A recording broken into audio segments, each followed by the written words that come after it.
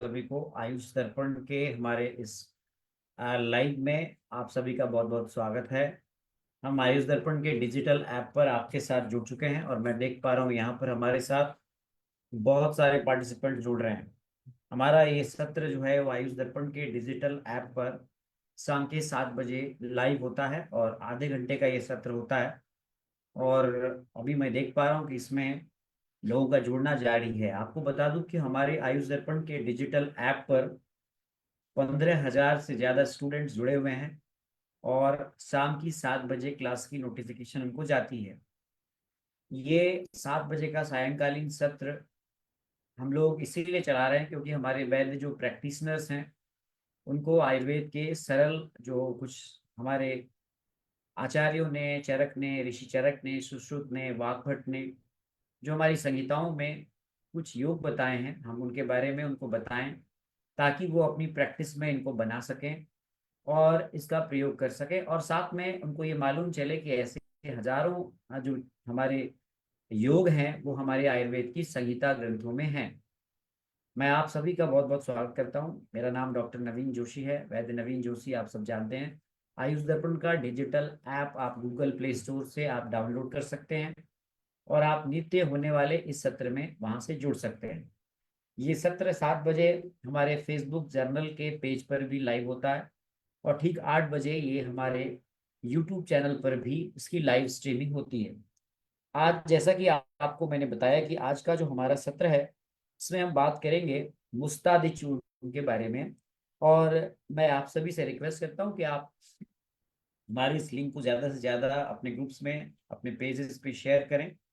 और हम देख रहे हैं कि हमें बहुत अच्छे रिस्पॉन्स मिल रहे हैं। हमारे जो है जब से हमने ये सत्र प्रारंभ किया है तो हमारी जो व्यूअर्स की संख्या है वो काफी बढ़ रही है हमारे। और बहुत सारे लोग जो हैं वो इसकी डिमांड कर रहे थे तो हमने जो है उसको जो प्रयास किया है कि हम आपको इसको और बेहतर तरीके से आपको समझा पाएं और इसके बारे में आपको बता पाएं। आपके जो भी प्रश्न होंगे आप यहाँ पर जो लोग हमारे ऐप से जुड़े हैं, देखिए आपका 100 सवा 100 लोग जुड़ चुके हैं इस समय में। और सबके प्रश्न तो मैं नहीं ले पाऊंगा, लेकिन हाँ आपके चुनिंदा प्रश्नों को मैं यहाँ पर शामिल करूंगा और आप बाद में हमारे इस कमेंट बॉक्स में या फिर ऐप के क्वेश्चन आंसर सेशन में आप इसको आपको छोड़ देंगे और वहां पे हम आपको एक एक करके हम रिप्लाई करेंगे। लेकिन बहुत सारे लोग के बहुत सारे सवाल आते हैं, सारे प्रश्नों का उत्तर देना जो है वो संभव नहीं है। पर आप यूट्यूब पे भी आप हमारे कमेंट बॉक्स में जाके कमेंट कर सकते हैं, फेसबुक में आप कमेंट कर सकते हैं। तो जो आज का हमारा जो टॉपिक है वो है मुस्तादी चूर्ण का। तो मुस्तादी चूर्ण जो है ये ऋषि चरक ने जो है वो चरक चिकित्सा स्थान के कुष्ठ चिकित्सा अध्याय 7 में इसके बारे में बताया है। तो बहुत अच्छा योग है। थोड़ा सा इसके बारे में बात कर लेते हैं। इसमें बहुत सारे इंग्रेडिएंट्स मिले हुए हैं। जैसे कि आपको अगर हम इसका सूत्र बताएं तो मुस्तम, व्योशम, त्रिफला, मंजिष्ठा, दारु, पंचमूल्यो द्वे, सप्तक्षद निम्बत्वक, शविशाल स्वित्रको मूर्वा, चूर्ण तर्पण भाग नैवर्भी, संयुजितम समद्वाजयम, सिद्धम कुष्ठ बर्हणमेतत् प्रायोगिकम भक्षयम, स्वयथु स पांडुरोगम स्वित्रम गृहिणी प्रदोष मर्शांसी, भग्न भगंदर पीड़िका कंडुकोठश्च विनहंती। ये सूत्र आया है। यानी क्या क्या चीजें हैं इसमें, तो नागर मुथा। नागर मुथा आप सब जानते हैं, पहले भी बताया हमने। सौंठ, मरीच, पिप्पली, आंवला, हरड़, बहेड़ा, मजीठ, देवदारू, दोनों पंचमूल, यानी बृहद पंचमूल और लघु पंचमूल दोनों। और बेल की गुदी आप लेते हैं इसमें, सोना पाठा, गंभारी की शाल, पाटला। बृहद पंचमूल में आप सब जानते हैं, बृहद पंचमूल के आप घटक ले सकते हैं, है ना। बिल्व, अग्निमंथ, शोनाक, पाटला, गंभारी। लघु पंचमूल में शाल पढ़नी, प्रश्न पढ़नी, वृहति जो है बड़ी कटेरी, छोटी कटेरी, ये सब आप लेते हैं। साथ में इंद्रायण की जड़ बड़ा अच्छा ये विरेचक का काम करती है। चित्रक मूल, मूरवा, इन सभी द्रव्यों को आपने संभाग लेना है। इन सभी को आपने बराबर मात्रा में लेना है। और इनका कपड़ छल चूर्ण करके रख लेना है। क्या करना है, इनको कपड़ छल इनका चूर्ण करके आपने रख लेना है। और एक भाग यह चूर्ण, और करीब करीब 9 भाग यव के सत्तू। सत्तू जानते हैं आप, बिहार में बड़ा प्रचलित होता है सत्तू। बिहार में यव चने का सत्तू लोग यूज करते हैं, तो यह यव का सत्तू लेना है। इसमें मधु मिला दें और घी में इसको घोलकर रोगी को खाने को दें। कहते हैं कि ये त्वचा रोगों में नित्य प्रयोग में आने वाला भक्ष्य है। यानी आप मुस्तादी चूर्ण को रोगियों में नित्य प्रयोग करा सकते हैं। मैं दोबारा इसका इंग्रेडिएंट्स रिपीट करता हूँ। चरक संहिता चिकित्सा स्थान अध्याय 7, जिसे कुष्ठ चिकित्सा अध्याय भी आप जानते हैं के नाम से जानते हैं, वहां पे ये योग आया है। इसमें नागरमोथा, शुंठी, पीपर, मरीच, आंवला, हरड़, बहेड़ा, मजीठ, देवदारू, दोनों पंचमूल, बृहद पंचमूल और लघु पंचमूल, है ना। और निबंध, शोनाक, पाटला, गंबारी, शालपर्णी, कृष्णपर्णी, बृहति, है ना, कंटकारी, जो भी द्रव्य लघु पंचमूल के हैं वो सब आपने लिए। और साथ में आपने इंद्रायण की जड़, चित्रक का मूल, मूरवा, इन सभी द्रव्यों को बराबर मात्रा में लेना है। इन सभी को कैसे लेना है, बराबर मात्रा में लेना है। और इनको कपड़ छन करके चूर्ण बना लेना है। इनका क्या करना है, कपड़ छन करके इनका चूर्ण बना लेना है। और एक भाग यह चूर्ण और 9 भाग यव का सत्तू। फिर से ध्यान दीजिएगा, एक भाग यह चूर्ण और 9 भाग यव का सत्तू आपने मिला के मधु और शहद और घी के साथ घोल दें। आप इसको सत्तू में घोल लें इसको। और कहते हैं कि इसे आप प्रतिदिन जो है, प्रतिदिन आप रोगी को दे सकते हैं। आप इस योग को प्रतिदिन भक्ष्य बताया है। और कहा है कि यदि आप इसे प्रतिदिन नियम पूर्वक देते हैं तो इससे त्वचा रोगों में अद्भुत प्रभाव मिलता है। और कहा है इसको प्रतिदिन आप दे सकते हैं। यही नहीं, इसके बारे में कहा गया है कि यह शरीर में शोथ है, पांडु है, स्वित्र है, जिसे हम ल्यूकोडर्मा कहते हैं। और इवन अग्नि से जनित, अग्निमान से जनित व्याधियों में जहाँ ग्रहणी दोष बताई गई है, आप सब जानते हैं कि अर्श, अतिसार और ग्रहणी जो है वो अग्निमान जनित व्याधियां हैं, उनमें भी ये काम करती है। भगंदर में काम करती है, पीड़िकाओं में आप इसको दे सकते हैं, कंडू में दे सकते हैं, कोठ में आप दे सकते हैं। इन सभी स्थितियों में आप इसका प्रयोग कर सकते हैं। सबसे महत्वपूर्ण बात क्या है कि इसको प्रतिदिन लिया जा सकता है। यानी कि यह औषध योग प्रतिदिन लिया जाने वाला भक्ष्य है, यानी कि आप ग्रहण कर सकते हैं इसे। अब यहाँ पर आप पूछेंगे कि सर चूर्ण की मात्रा कितना है। तो चूर्ण की मात्रा शास्त्र में निश्चित तो नहीं की गई है, लेकिन आप ये कह सकते हैं क्योंकि इसको लेना है हमें प्रतिदिन, तो आप एक भाग चूर्ण लें और यव का जो सत्तू है इसे आप 9 भाग लें। तो क्या होगा, लेने में आसानी हो जाएगी। और टेस्ट भी जो है, एक प्रकार से सत्तू आपने खाया होगा, सत्तू बहुत टेस्टी होता है। बिहार में तो सत्तू का शरबत बनता है, आपने देखा होगा।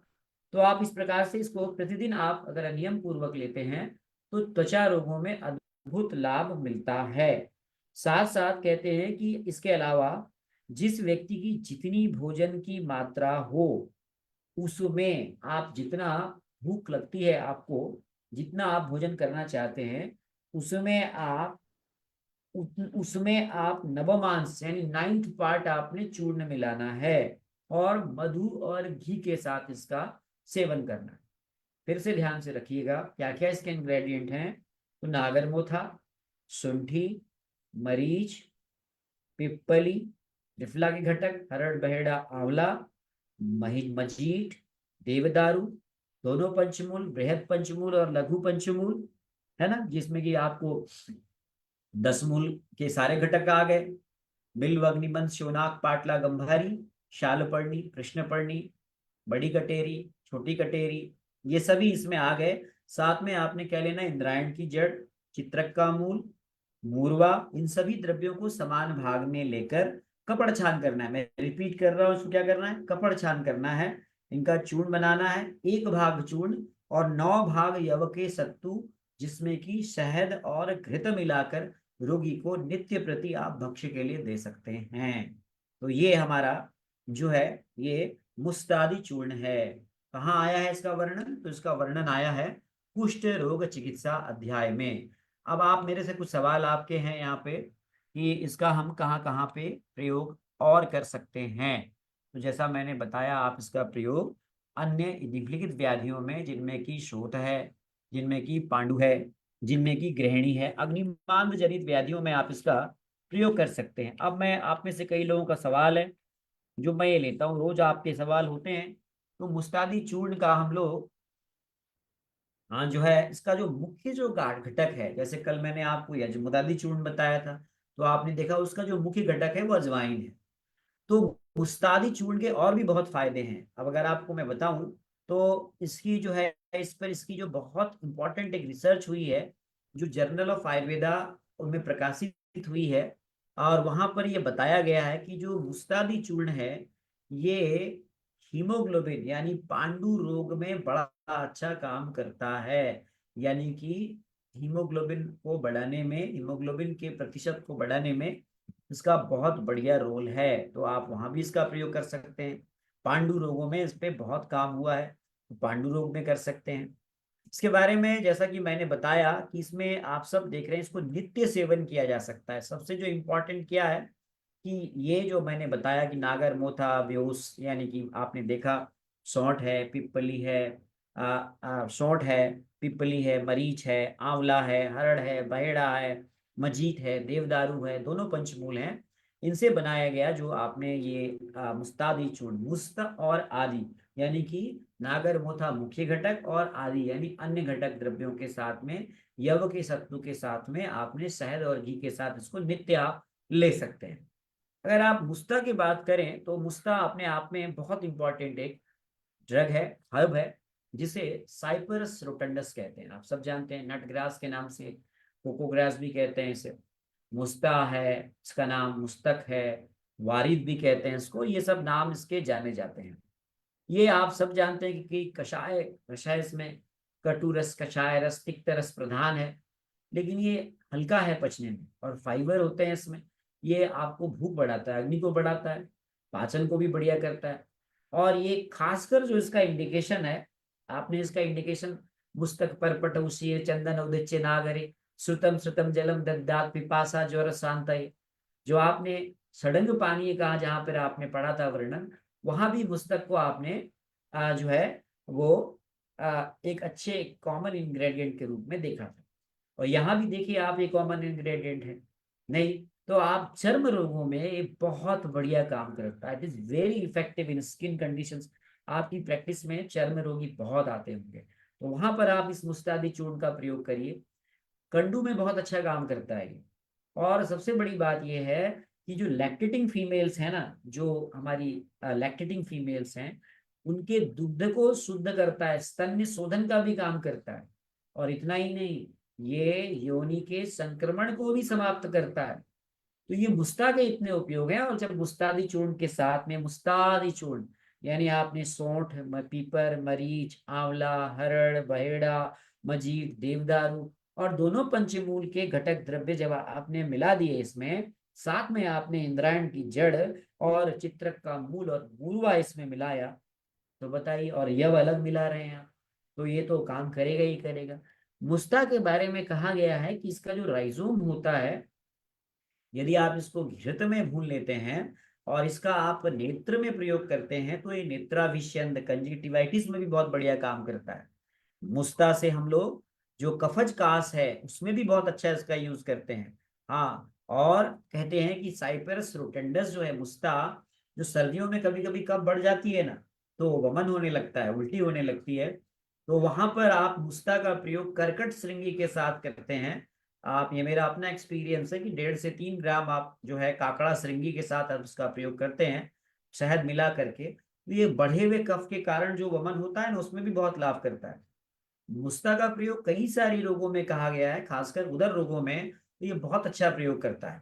जैसे एक उदाहरण लेते हैं, आप मुस्ता लीजिए और इसको 400 मिलीलीटर दूध में आप लगभग लगभग आप 50 ग्राम मुस्ता लीजिए, मोथा लीजिए, नाक जो मुस्तक है, और उसको 400 ml दूध में और 1200 ml आप पानी में उसको पकाइए। और जब दूध पानी उड़ा दीजिए, जब दूध शेष रह जाए तो उबाल कर ठंडा कर लीजिए। आपको पता है इसको हम लोग जो है, जो जो आंव निकलता है ना, आंव युक्त जो पेचिस होती है, उसमें इसका प्रयोग करते हैं। बहुत अच्छा इफेक्टिव होता है ये। आप इसको इसको 50 ml की मात्रा में आप दे सकते हैं, जिनको इस प्रकार से एक प्रकार से डिसेंट्री होती है, उनमें आप इसका प्रयोग कर सकते हैं। मुस्ता के बारे में कहा गया है कि ये अमृत बूटी भी है, इसे अमृत बूटी भी कहा गया है। तो आप देखिए, मुस्तादी चूर्ण जो मैंने बताया, वो आपको यकीन मानिए कि बहुत इंपॉर्टेंट जो है वो रिजल्ट देगा। कई बार इसको हम लोग मुस्ता को बहुत इसका पेस्ट बना लेते हैं और चटनी बना करके इसका प्रयोग जो है किया जाता है। और इसको दूध में मिलाकर पकाते हैं चतुर्थांश शेष रहने पर, और ठंडा होने पर इसमें शहद मिला लेते हैं और फिर मात्रा के अनुसार सेवन करते हैं। तो ये ब्लीडिंग जो ब्लड के साथ में जो डिसेंट्री हो रही है उसमें भी लाभ देता है। इसी प्रकार से खासकर मुस्ता का जो प्रयोग है, ये खासकर जो इस प्रकार की डिसेंट्री है उनमें बहुत इंपॉर्टेंट लाभ देता है। कई बार आपने देखा होगा कि कुछ लोगों में बहुत ज्यादा देखा होगा आपने कि जोड़ों का दर्द रहता है। तो रोजाना आप नियमित रूप से मुस्ता के साथ में आंवला हल्दी इनको मिलाकर काढ़ा बना सकते हैं, और इसमें शहद मिलाकर के आप पिलाएंगे तो ये ऐसे जो आम वात के रोगी हैं उनमें, जिनमें कफ दोष का प्रधानता के कारण कफ के लक्षण मिल रहे हैं, वहां पे ये बहुत लाभ देता है। जे जनरली जो मुस्तादी चूर्ण जो मैंने आपको बताया, इसका जो मुख्य प्रभाव है, ये प्रभाव कुष्ठ रोगी में है, यानी कि लेप्रोसी जिसे हम कहते हैं, वहां पर इसका रोगाधिकार है। त्वचा रोगों में इसका बहुत अच्छा प्रयोग है। आप इसकी मात्रा पूछिए तो आप इसे 1 से 3 ग्राम इसकी जो मुस्तादी चूर्ण की मात्रा आप दे सकते हैं। और सबसे बड़ी बात है कि इसके लिए कहा गया है, क्या इसके लिए कहा गया है कि ये इसके लिए बहुत इंपॉर्टेंट जो रेफरेंस है उसमें कहा गया भक्ष्य है, यानी ये नित्य सेवनीय है। यानी कि आप इसको रोगी को नित्य दे सकते हैं। पर कैसे दे सकते हैं? तो सत्तू के साथ में, यव के सत्तू के साथ में। तो 1 और 9 का रेशियो रखिए आप। अगर आप मुस्तादी चूर्ण को 1 ग्राम ले रहे हैं तो 9 ग्राम आपने सत्तू लेना है, और शहद और घी के साथ में आपको इसको मिक्स करके सेवन कराना है। तो मैंने जैसा बताया कि एंटी इंफ्लेमेटरी है, स्किन डिजीज में काम करता है, कॉन्स्टिपेशन को ठीक करता है, वुंड हीलिंग करता है ना। और साथ में आप अगर देखेंगे तो पाइल्स जैसे डिजीज जो एनोरेक्टल कंडीशंस में भी ये बहुत इंपॉर्टेंट काम करता है। ल्यूकोडर्मा में भी आप इसका प्रयोग कर सकते हैं। इसको बाकुची चूर्ण के साथ में मिला के गुड़ के साथ आप सेवन कराएं तो ये हमारे शित्र रोगों में भी बहुत बढ़िया काम करता है। कैसे करना है फिर से रिपीट करता हूँ। काले तिल में बाकुची का पाउडर और मुस्ता का पाउडर चूर्ण मिलाकर गुड़ के साथ सेवन कराइए। ये बहुत अच्छा काम करता है। ध्यान रखिएगा, मेरे ये लेक्चर्स को बहुत सारे लोग जो है यूट्यूब पर देखते हैं। कोई भी औषधि का सेवन बिना किसी चिकित्सक के परामर्श के स्वयं नहीं करेंगे। ये जो मेरा लेक्चर है ये एकेडमिक उद्देश्य से है। जो हमारे आयुष दर्पण के डिजिटल ऐप पर 15,000 से ज्यादा लोग जुड़े हुए हैं, और अभी मैं देख रहा हूँ 250 लोग इस लेक्चर को देख रहे हैं। तो ये केवल उनके एकेडमिक नॉलेज को बढ़ाने के लिए है। कोई भी औषधि का प्रयोग किसी भी प्रकार से बिना चिकित्सक के निर्देश में नहीं करना है।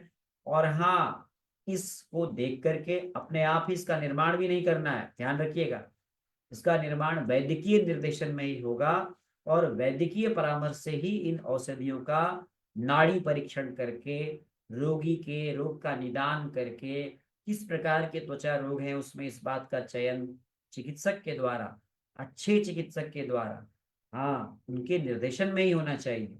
मैं कुछ और आपको प्रयोग बताता हूँ, क्योंकि हमारे इस ऐप में अभी करीब 15,000 जो है स्टूडेंट्स हैं, इंटर्न्स हैं, जुड़े हुए हैं वो लोग। और डेढ़ अभी 250 हो गई है संख्या, मैं देख रहा हूँ। आप जुड़ना जारी है आपका, लेकिन कुछ लोग अभी बाद में जुड़े हुए हैं तो मैं उनको दोबारा रिपीट करना चाहता हूँ। आज हमने आपको मुस्तादी चूर्ण बताया, और ये हमारे कुष्ठ रोगाधिकार चरक संहिता चिकित्सा स्थान कुष्ठ रोगाधिकार का एक बहुत ही बेहतरीन योग है, जिसको आचार्य चरक ने नित्य सेवनीय के रूप में माना है। जो इसके इंग्रेडिएंट्स हैं मैं बार बार रिपीट कर रहा हूँ। मेरा बताने का तरीका ऐसा है कि आपको याद हो जाता है। आप लिख रहे हैं नीचे, थैंक यू, धन्यवाद बहुत बहुत आपका। और क्योंकि मेरा ये स्टाइल ही है, और इसीलिए तो मैं, मुझे लोग जानते हैं, मैं नाड़ी सिखाता हूँ, मर्म सिखाता हूँ, 25-30 हजार लोगों को मैं सिखा चुका हूँ आज प्रिसाइजली। मेरे साथ में लोग ऑफलाइन सीखते हैं आकर के, और बहुत तरह के, पूरे भारत ही नहीं पूरी दुनिया भर से लोग मेरे से ट्रीटमेंट लेने आते हैं, ऑफलाइन और ऑनलाइन भी आते हैं, सीखने आते हैं। तो इसके पीछे क्या है, कम्युनिकेशन स्किल है इसके पीछे, समझाने की जो स्किल है वो बहुत आसान है। तो आपको फिर से मैं रिपीट करता हूँ, आपको ये रटवा दूंगा मैं, दोबारा याद करिए। अगर आप संस्कृत में रुचि रखते हैं तो आप आयुष दर्पण के इसी प्लेटफॉर्म पर, डिजिटल ऐप पर सुबह संहिता पठन में ज्वाइन कीजिए। बहुत ही बढ़िया क्लास होती है वो। और आपको यदि योग देखना है तो आप शाम के 7 बजे हमारे सत्र से जुड़िए, और शाम को क्लिनिकल आयुर्वेद संभाषण से जुड़िए। बहुत ही एक मतलब, आपको आयुष दर्पण का डिजिटल ऐप और आयुष दर्पण का जो प्लेटफॉर्म है ना, ये ग्लोबल प्लेटफॉर्म है, ये आपको एकेडमिक नॉलेज देता है। चलिए फिर से आपको मूल बात पे आते हैं। मुस्तम व्यवसम त्रिफला मंजिष्टा दारु पंचमूल्यो द्वे सप्तक्षद निम्बत्वक सविशाल सूत्रकोमुर्वा चूर्णम तर्पणम भागम नर्विभि संयोजितम समद्वा समद्वाजयम सिद्धम कुष्ठ निर्भरणम एतत् प्रायोगिकम भक्ष्यम स्वयथु सपाण्डुरोगम स्वित्रम गृहिणी प्रदोषमारसांसि ब्रग्न भगंदर पीड़िका कंडु कोठास्य विनिहंति। ये हमारे आचार्य चरक ने, महर्षि चरक ने चरक चिकित्सा स्थान अध्याय 7 के 65वें, 66वें और 67वें सूत्र में बताया है। मैं फिर से रिपीट करता हूँ, नागर मोथा मुस्ता इसका प्राइमरी इंग्रेडिएंट है, जिसे हम लोग क्या बोलते हैं, साइप्रस रोटंडस बोलते हैं ना, साइप्रस रोटंडस इसका बोटेनिकल नेम है। पीपल, सौंठ आप सब जानते ही हैं, मरीच जानते हैं, त्रिफला के घटक आपको पता है, मजीठ देवदारू आपको मालूम है, और बृहद पंचमूल, लघु पंचमूल और बृहद पंचमूल ये सब आपको मालूम है, बिल्व अग्निमन स्योनाक पाटला गंभारी और शालपर्णी कृष्णपर्णी बृहद बड़ी कटेरी छोटी कटेरी, इनको आप जो है वो आप इनको साथ में गोक्षुर, गोक्षुर भी है इसमें, है ना। तो इन सबको इंद्रायण की मूल और चित्रक के मूल और मूरवा मरोड़ फली, इन सभी को संभाग में लें, और संभाग में लेने के बाद फिर से रिपीट करता हूँ, इनको कपड़ छन कर लें। कपड़ छन करने के बाद इनका चूर्ण बना लें, और इसको आप जो है वो अपने सत्तू के साथ में, एक भाग आपने चूर्ण ले लिया तो 9 भाग आपने सत्तू लेना है, और सत्तू यव का लीजिए, और शहद में और घृत में मिला करके इसका नित्य सेवन करने का उद्देश्य दिया गया है। और कहते हैं कि कुष्ठ रोग में बहुत अच्छा काम करता है, हमने भी अपनी प्रैक्टिस में देखा है कि ये बहुत अच्छे रिजल्ट्स देता है। चलिए, आप भी कुछ और सवाल है, वो हमेशा के सवाल हैं कि मुस्तादी चूर्ण जो है सर प्रेगनेंसी में कितना सेफ है। मुस्तादी चूर्ण ही नहीं, किसी भी हम किसी भी औषधि के बारे में हम ये कहेंगे कि आपको जो कि ये पॉली हर्बल फॉर्मुलेशन है, मैं फिर से बताऊं, क्योंकि ये बहुत ही अच्छी दवा है। ये हम लोग इसका बहुत जगह पे यूज़ करते हैं। इसके बारे में अगर आप इसके बारे में स्टडी देखना चाहते हैं तो इसकी स्टडी जो है ये बताती है कि इसमें जो भी इसके एक्टिव इंग्रेडिएंट्स हैं, चाहे वो नागर मोथा हो, चाहे त्रिफला के इंग्रेडिएंट्स हो, इन सब के जो प्रभाव अगर आप देखेंगे तो ये एंटी डायबिटिक हैं, आप देखेंगे ये एंटीपायरेटिक हैं, ये इम्यूनोमॉड्यूलेटर हैं, एंटी एजिंग गुण है इसमें, है ना। और डेफिनेटली आप देवदारू है जैसे, तो वो मधुमेह में भी काम आता है। हरिद्रा है तो हरिद्रा को हम आज सब जानते हैं आप लोग की एंटीऑक्सीडेंट है। नहीं, आमलकी के बारे में कहना ही क्या है, विभीतिकी के बारे में आप सब जानते हैं कि ये बहुत इंपॉर्टेंट है, और ये हमारे जो है इम्यूनोमॉड्यूलेटर है, एंटी कैंसरस है। और हरित की के बारे में क्या कहना है, कदाचित कुप्यते माता नोदरस्ता हरित की, माँ कभी नाराज हो सकती है पर हरण कभी नाराज नहीं होती। तो हरित की जो है वो एंटीऑक्सीडेंट है, एंटी जो म्यूटेजेनिक हम कहते हैं, और जो म्यूटेशन को रोकता है, कैंसरस सेल्स को बनने से रोकता है, कार्डियो प्रोटेक्टिव है हम कह सकते हैं, हाइपोलिपिडेमिक है, हाइपोकोलेस्ट्रोलेमिया यानी कोलेस्ट्रॉल लेवल को कम करने में प्राप्त कर काम करती है, हरित की अनुलोमन करती है, आप सब जानते हैं। और कई बार ये इम्यूनोमॉड्यूलेटरी एक्शन के कारण इसको दुनिया भर में प्रयोग में लाया जाता है। तो ये इसके इंग्रेडिएंट्स के बारे में मैंने आपको बताया। इसी प्रकार से इंद्र जो इंद्रायण है आप देखेंगे तो ये भी हाइपोग्लाइसिमिक है। और सबसे जो बढ़िया बात लगती है हमें इंद्रायण की, कि वो एकदम से आपको जो है डिटॉक्स करती है। हम लोग इसका प्रयोग फलत्रिकादि काढ़ा जो है, जो शुगर वाला काढ़ा है उसमें भी प्रयोग करते हैं, इंद्रायण पड़ा हुआ है उसमें, जबरदस्त उसका जो है रोज रोल हाइपोग्लाइसीमिया और जो हम कहते हैं ना जो डिटॉक्स करने में उसका बहुत बेहतरीन रिजल्ट है। आप देखिए गोखरू है तो गोखरू स्वयं आप जानते हैं डायूरेटिक है, बहुत अच्छा कार्डियोटॉनिक है और एंटी इन्फ्लेमेटरी और एनाल्जेसिक के रूप में काम करता है। तो ये सारे ड्रग्स अगर आप देखेंगे, बहुत सारे जो इसमें जो औषधियां पड़ी हुई हैं, ये सब जो है इसमें अल्टीमेट काम करती हैं।